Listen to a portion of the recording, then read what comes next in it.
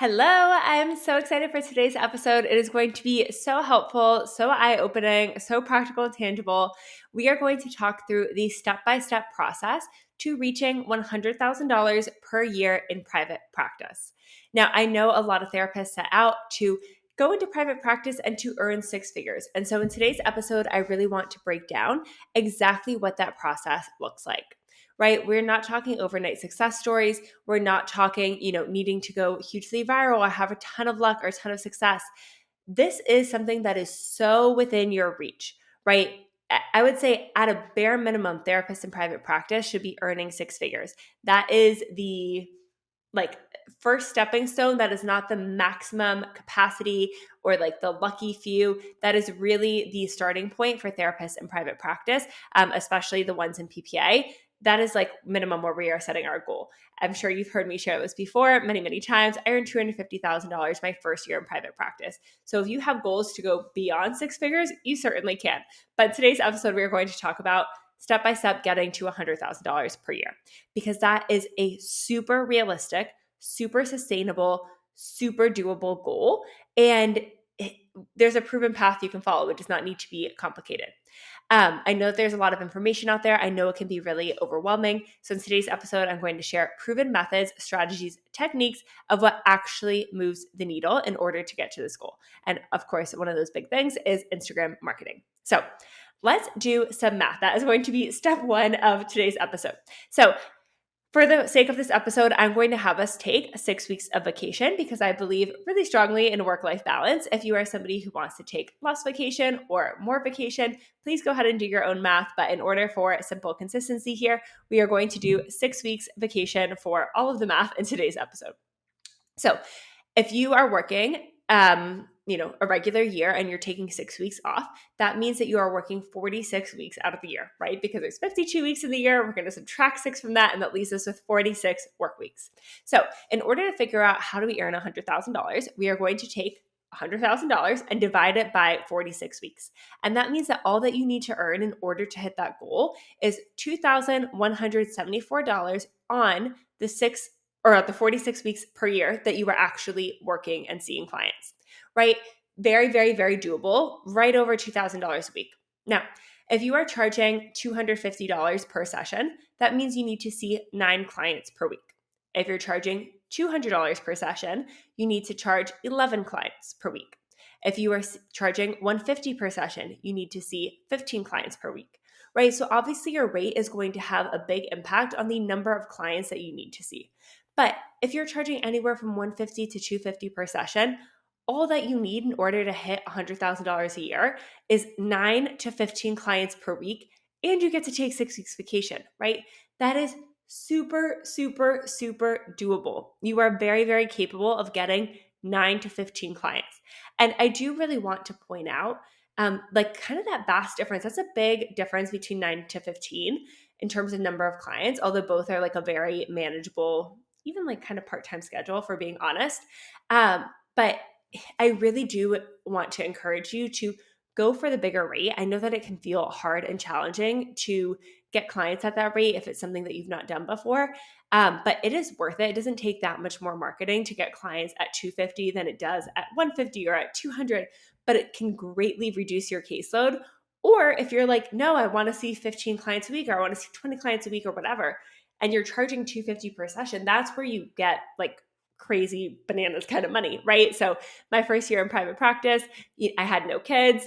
I had gone from like working 60 hours a week between my group practice job and my nonprofit management job. And so I saw like 22 clients a week. It felt very, very, very manageable for me. And I made $250,000 because I was charging $250 per session. So I just kind of want to point that out there as well. Obviously, you can earn well into the 6 figures with a higher rate and or more clients. But 9 to 15 clients a week if your rate is $150 to $250. So very, very, very doable. Now, the next step that we want to take is niching down. People do not see a therapist out of network who is not like the best therapist for them. Seeing a therapist out of network is inconvenient. It's more expensive.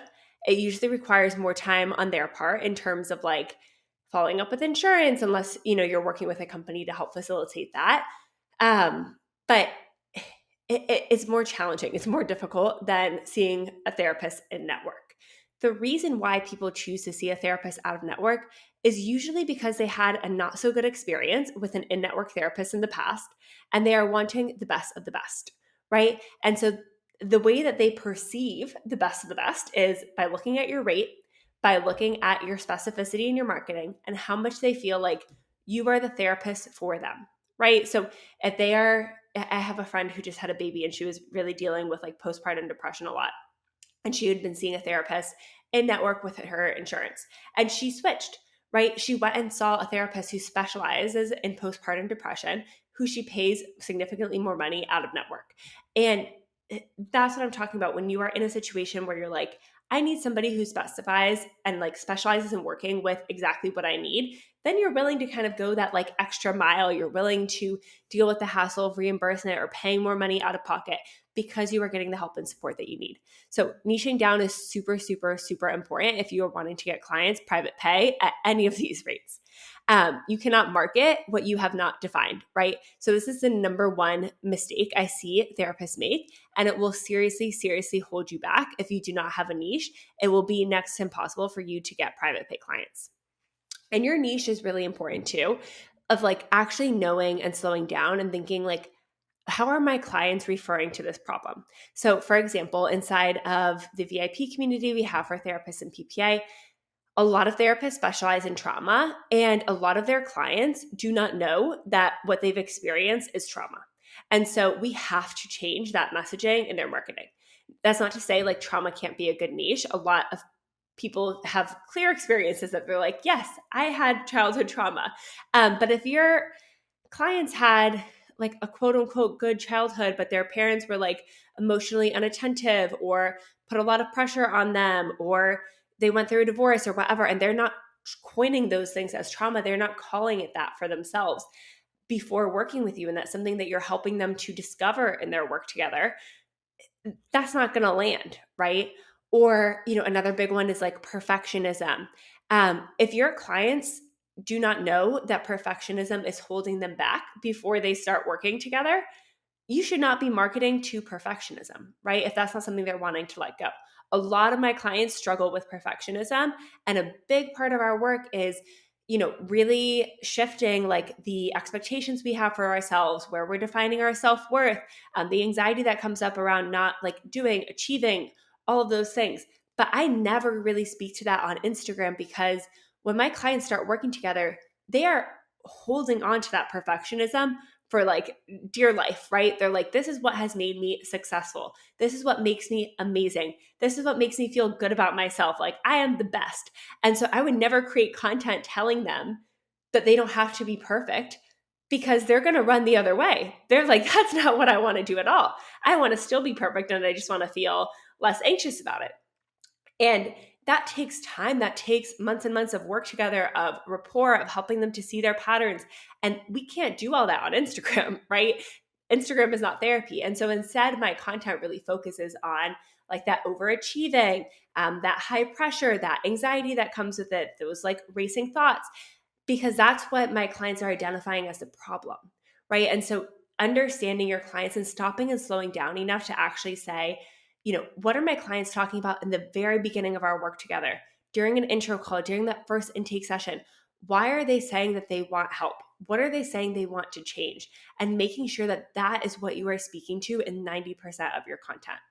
Your niche needs to solve a specific problem that your ideal client knows that they have and that they want to solve, right? If not, then you are just like speaking to other therapists. You're not actually helping the people who are seeking help know that you are for them. The other thing I want to talk about in terms of niching down is, when you niche down, that does not mean that you will only have one type of client, right? It is really important in your marketing to only have one type of client. But of course, your clients are going to come in with a variety of experiences. Of course, they are going to come in with a variety of issues outside of the number one presenting concern.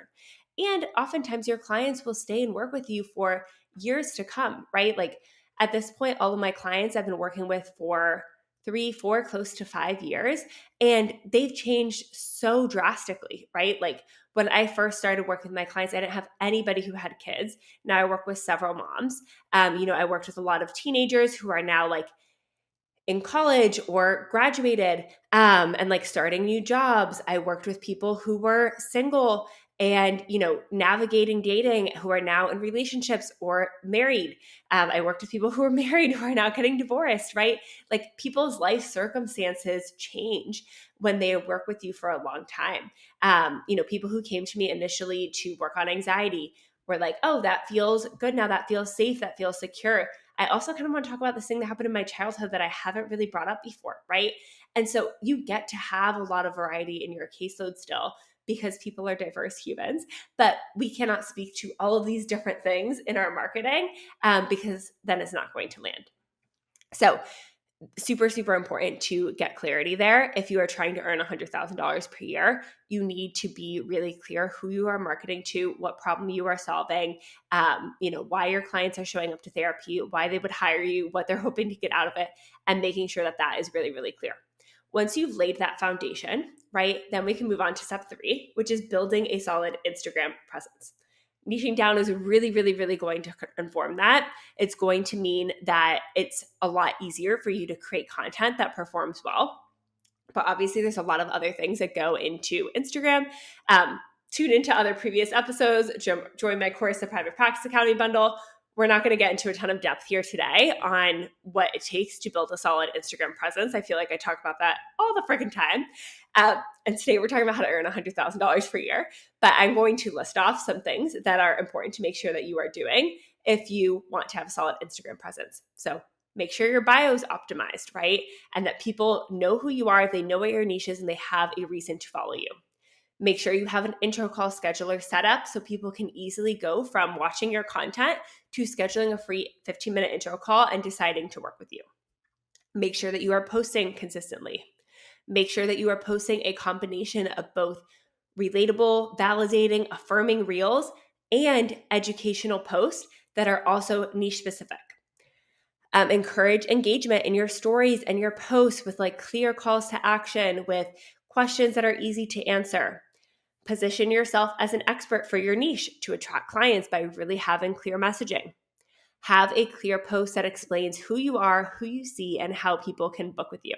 Inside of Private Practice Academy, we actually have a template for an Instagram ad that does exactly this, that can bring in new clients or new followers who are in your specific state that are looking to hire a therapist. And that can be super, super helpful. It, of course, does not work immediately. People do not see one ad and decide to book with you. But when you bring in those people to follow you, and then everything else on your Instagram page is optimized and you're selling in stories regularly, those people will convert in the next few weeks or so into private pay clients. So that's super, super helpful as a really big part of what we do inside of Private Practice Academy. Instagram is a major, major, major piece of building your practice. But obviously, there's other things that go into it too. And I teach all those inside of Private Practice Academy as well. So like your marketing strategy, your niche, your psychology today, networking, your website, your intro call scheduler, how you're structuring those calls, your conversion rates, all of that. So super, super helpful there. Step 4, the last step, is staying focused and making sure that you are getting clients. Oftentimes I see therapists when they are in this building stage and they are not yet meeting their goal in terms of like caseload numbers and revenue, they start to feel uncomfortable. And so they want to, and a little restless, right? And so they want to start trying all these other things that they see other successful people on Instagram doing, right? So they're like, maybe I should make a freebie, or maybe I should start an email list, or what if I did a podcast, or what if I started posting on TikTok, or on Pinterest, or on YouTube. And they start to do all these other little side projects. What if I sold a workbook, or I made a free guide, or maybe I'll work on my course and get some digital passive income, or how should I pitch brands even though I have 1,000 followers? They start to spread themselves really, really, really thin. And I think the number one thing that is going to help you is staying focused and achieving that goal first. Get to your first 6 figures before you try and do something else. Get your first 9 to 15 private pay clients. It's not a huge number before you start to spread yourself too thin. Because if not, what happens is it's confusing for your audience, number one. So in order to like sell or promote anything, including something free, you need to actively market it, right? So like you can make a free guide, but if you are not showing up on Instagram often and telling people why they need that free guide, nobody's going to download it, right? And so if you want to make a free guide and you want to do it well, you should make the free guide. And then in your content, both in feed and stories, you should start positioning that guide as the solution to people's problems, right? So like, let's say that you have a guide on postpartum rage. You do a reel on postpartum rage and you're like, if that's you, comment guide and I'm going to send you 5 steps to whatever, stop feeling postpartum rage, or to explain to your partner what postpartum rage is, or whatever. We don't want to do that, because then we're competing with ourselves. Instead of saying, hey, if you're experiencing postpartum rage, I'm accepting new clients in New Mexico, reach out to me to schedule an intro call. Now people are confused. Which option should they take if they are experiencing postpartum rage? Is a free guide going to solve all their problems, or do they need therapy with you, which is way more expensive? Most people are going to pick the guide first, right? And so you're really working against yourself there. We want, until your caseload is full, for all roads to point to schedule an intro call, for that to be the solution to people's problems on your Instagram page. If they are wanting next steps, if they are wanting help, if they are wanting support, if they are wanting guidance, if they're wanting validation, if they want to work through this, if they relate to your content, they should schedule an intro call. And so it's super, super, super important to stay focused in that way. The other thing is that when we start to take on too many things, you forget like to do the things that are going to fill your caseload. So Instagram is one of them. But even if you're like, oh, I'm posting on Instagram every day already. Yes, all my calls to action are for scheduling a free intro call, and I still have more time, so I want to do more. So I'm going to start doing XYZ thing. I would rather you focus on what are the other things you need to be doing to fill your caseload versus start like another side project, right? So how can we go deeper? How can we network with the people that are on Instagram? How can we follow up with adjacent providers in our clients' lives? How can we really take some time to go through, the lesson in PPA on Psychology Today and optimize your profile so you're getting more leads from there? How can we work on your website to make sure that people who are going from Instagram to your website feel really validated? They feel like the branding is on point. You look like a legit therapist who's worth charging $250 per session. How can we practice your intro call skills so that way you feel really good that like 80% of the time you get on an intro call, people are going to convert? We need to really, really, really stay focused and fill that caseload first, get to that first 6 figures, or at least like 10K months, right? Maybe you don't need to wait the whole year, but get to that point where you're like, yes, I am on track. I am earning $2,174 per week. And then you could take on another project. So staying focused is really, really, really key. All right, that is all for today's episode. I hope that this is helpful and showing you that the path to $100,000 is not some big mystery, right? It is literally math that you can do and figure out how many clients a week do I need to make this happen. And then you can take intentional, strategic moves in order to make that happen. If you need a roadmap of how do I get private pay clients, market myself on Instagram, do Psych Today, do my website, get better at intro calls, feel confident in my rate, set up my website, all of the things that are needed in order to have a 6-figure practice, Private Practice Academy bundle is your roadmap. I'm always here to answer questions about it. So please feel free to send me a DM. And if not, I hope you have a wonderful rest of your day, and I will see you right here next week.